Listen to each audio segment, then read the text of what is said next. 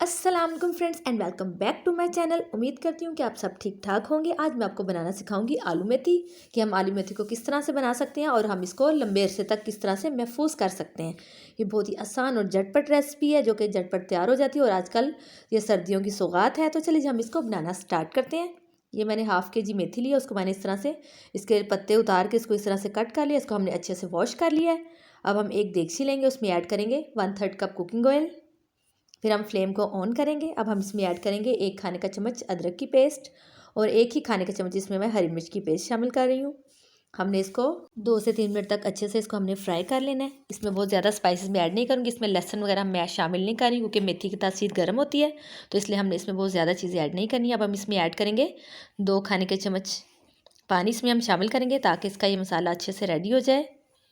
फिर हम इसमें मसाला जार शामिल करेंगे।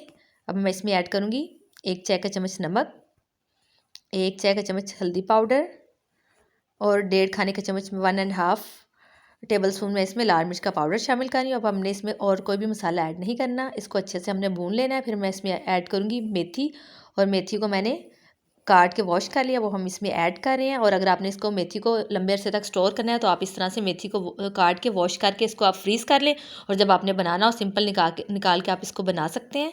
और आपने मेथी को धो के फिर आपने फ्रीज़ करना है, क्योंकि फ्रीज़ करने के बाद आप इसको निकाल के धो नहीं सकते हैं, इसलिए आपने इसको इस तरह से किसी जिपर बैग में ऐड करके उसको फ्रीज़ कर लेना है।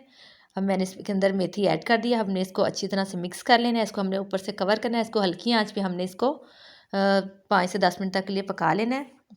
5 से 10 मिनट गुजरने के बाद हम इसको चेक कर लेते हैं। देखिए मेथी ने काफ़ी पानी छोड़ दिया हुआ है, इसमें मैंने बिल्कुल भी पानी ऐड नहीं किया है। ये अपने पानी में ही हल्की आंच पे हमने इसको गला लेना है, तो इसका टेस्ट बहुत ज़्यादा बढ़ जाता है।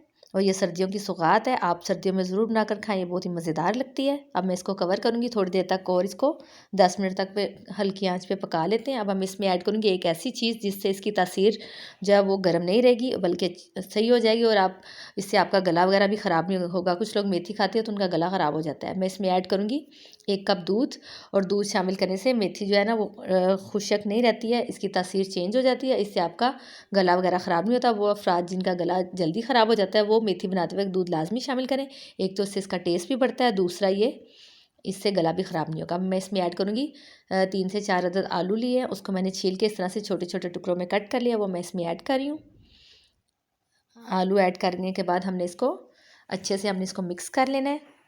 और इसके अंदर मैंने कोई भी पानी बिल्कुल भी शामिल नहीं किया, इसमें हमने दूध शामिल किया था। इसको हमने अब आलू को अच्छे से मिक्स करने के बाद हमने इसको कवर कर देना है। कवर करके हमने इसको आलू के गल जाने तक हमने इसको पका लेना है। 5 से 7 मिनट में ही आलू गल जाते हैं। फिर हम इसको चेक कर लेते हैं और आलू गल चुके हैं। अब हमने इसको लास्ट काम इसका करना है, हमने इसको अच्छे से भून लेना है।